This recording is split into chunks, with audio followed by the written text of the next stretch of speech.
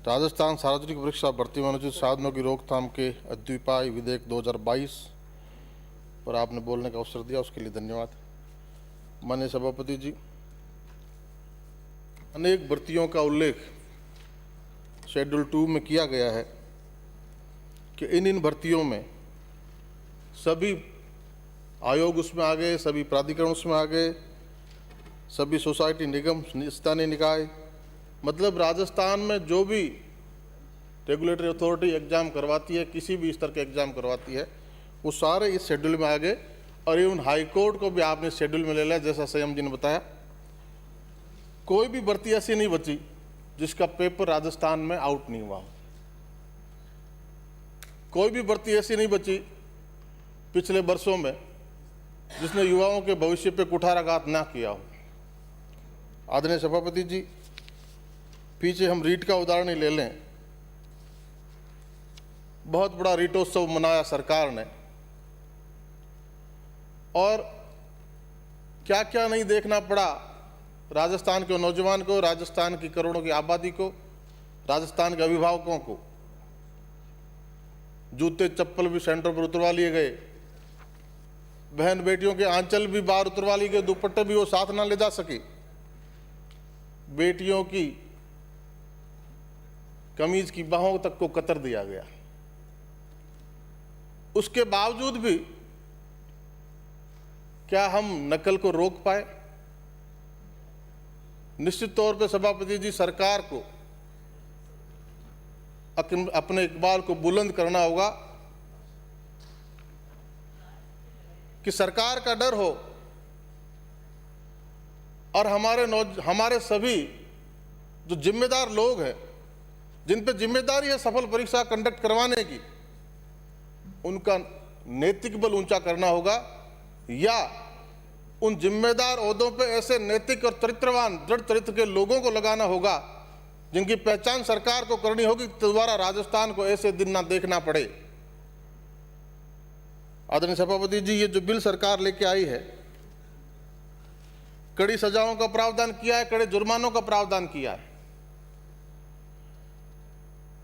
धारा 2(6) में अनुचित साधन में 1 में 3 वर्ष की सजा, 1 लाख का जुर्माना। धारा 2(2) में 5 वर्ष की सजा, अधिकतम 10 वर्ष की सजा, जुर्माना 10 लाख से लेकर 10 करोड़ तक का। सजा के प्रश्न पर माननीय सभापति जी,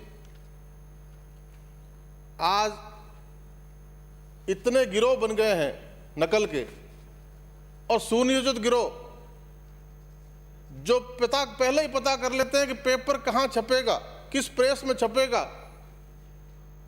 और इन गिरोह के साथ हमारे कोचिंग संस्थानों की जो मिलीभगत है, और कोचिंग संस्थानों की स्थिति जो राजस्थान में है, वो भी एक गिरोह की तरह ही कोचिंग संस्थान चल रहे हैं। सही कहा माननीय सदस्य ने कि प्राइवेट विद्यालय में रजिस्टर छात्र का नामांकन है, उसकी हाजिरी तो वहां लग रही है, बट वो कोचिंग संस्थान में रहा है। और कोचिंग संस्थानों की जो बाढ़ राजस्थान में आई है, प्रदेश में आई है, हर तरह के कोचिंग संस्थानों के गिरोह बन गए हैं और करोड़ों रुपए की चांदी वो कूट रहे हैं। ऐसे लोग चंद करोड़ रुपयों में जिम्मेदार लोगों का ईमान खरीद के करोड़ों लाखों अभ्यर्थियों के भविष्य के साथ खिलवाड़ करने का काम कर रहे हैं। आपने इसमें सजा का प्रावधान 10 बरस छूट किया है, लेकिन इनकी जांच के बाद सूत्र कहीं जाते जाते गिरोह के मुखिया की तरफ जाए तो ऐसे संचालकों के खिलाफ, ऐसे गिरोह के मुखिया लोगों के खिलाफ तो आजीवन कारावास तक का प्रावधान भी किया जाए तो राजस्थान के नौजवानों के साथ न्याय होगा। आदरणीय सभापति जी, सेक्शन 11 में दोष सिद्धि पर विवर्जन की बात सरकार लेके आई है कि अगर कोई दोषी पाया जाता है उसको परीक्षाओं से 2 साल के लिए डिबार कर दिया जाएगा। माननीय सभापति, इसमें दोनों तरह की बातों की तरफ मैं सरकार का ध्यान आकर्षित करना चाहूंगा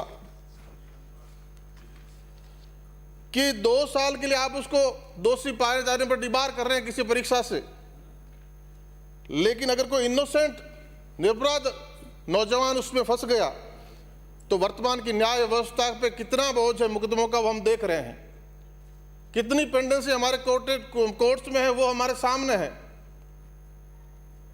तो कोई समय सीमा हम तय नहीं करेंगे तो किसी का फैसला अगर 10 बरस में आया तो नौजवान का सारा भविष्य अंधकार में चला गया। इसलिए इसमें हमें प्रावधान करना होगा, हमारे कोर्टों की स्थिति देखते हुए, कोर्टों पर केसेस के भार को देखते हुए। हालांकि आपने नए कोर्टों के सृजन की बात कही है, लेकिन दूसरी भी वास्तविकता सामने खड़ी है कि जब हमने पीछे के अनेक प्रावधानों में तरह तरह के कोर्ट खोलने की बात कही, हम उनको खोल नहीं पाए, तो यहाँ कब तक खोल पाएंगे, इसकी ये भी भविष्य के गर्भ में है। इसलिए वर्तमान कोर्टों की पेंडेंसी को देखते हुए इस सेक्शन 11 में हमें प्रकरण के निस्तारण की समय सीमा तय करनी होगी और इसको गंभीर अपराध की श्रेणी में, ये गंभीर अपराध की श्रेणी, गंभीर अपराध भी इसमें मेंशन करना चाहिए और केस ऑफिसर स्कीम से केस का निस्तारण हो, समय पर निस्तारण हो, तब जाके हम उस अभ्यर्थी के साथ न्याय कर पाएंगे। अगर कोई दोषी साबित हो गया तो दूसरी बात जो मैं कह रहा हूं, जो 2 वर्ष के लिए आपने डिबार करने की बात इसमें लेके आए हैं, 2 वर्ष उसको जो दोषी साबित होता है उसको हमेशा के लिए डिबार किया जाए सभी एग्जामों से। 2 वर्ष की समय सीमा तो बहुत कम होती है, दोबारा इसी सिलसिले में इसी धारा में दोबारा एग्जाम देने आ जाएगा। तो माननीय सभापति, इन 2-3 बातों का इस सेक्शन 11 में समावेश हमें करना चाहिए। सेक्शन 12 संपत्ति की कुर्की और अधिग्रहण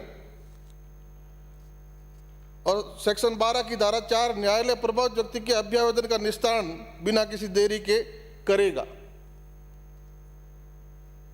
इसमें भी मेरा मानना है माननीय सभापति जी कि सरकार को सेक्शन 12 की 4 में बिना किसी देरी के तत्काल करेगा, इसको जोड़ना चाहिए। तत्काल शब्द को जोड़े, उसकी भी समय सीमा तय हो, क्योंकि किसी अभ्यर्थी ने, किसी दोषी ने कानूनी पेचीदगियों से मामले को उलझा दिया तो बरसों बरस उसका फैसला नहीं हो पाएगा। और सभापति जी, हमने 10 साल की सजा की है और 60 दिन का अनुसंधान रखा है, तो 60 दिन में क्या आज तरह जिस तरह के संचार माध्यमों का, जिस तरह की टेक्नोलॉजी का अपराधी उपयोग करता है, तो क्या 60 दिनों में हम उसका अनुसंधान कर पाएंगे? यह भी सवालिया निशान लगाता है। इसमें भी आपको सरकार को ध्यान करना चाहिए।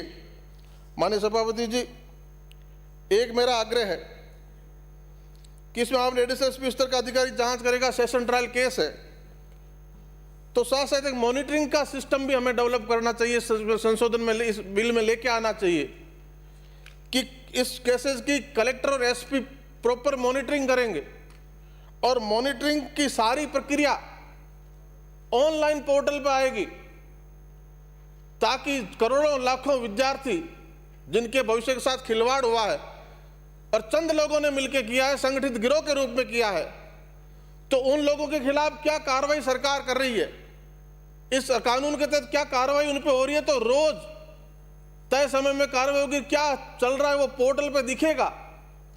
असर उसका कानून का असर होता हुआ लगेगा तो लोग उससे डरेंगे और भविष्य में दूसरा कोई इस तरह का अपराध करने से डरेगा। माननीय सभापति जी, इसलिए खाली रीटोत्सव मनाने का हसर हमने देखा और मैं माननीय सिरोही साहब सदस्य की बात से सहमत हूं कि सरकार को जो नुकसान होना था हो गया।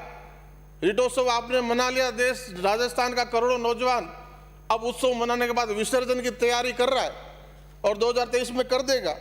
लेकिन सरकार को इसमें जल्दबाजी ना करते हुए इस विधेयक को जनमत जानने के लिए प्रचालित करना चाहिए और सबके सुझाव लेते हुए इसको बहुत वेल प्रूफ डिजाइन करके बिल को वापस सरकार लाए और फिर सदन में पास कराए, जनमत जानने के प्रचालित करने की बात करता हूं। धन्यवाद सभापति।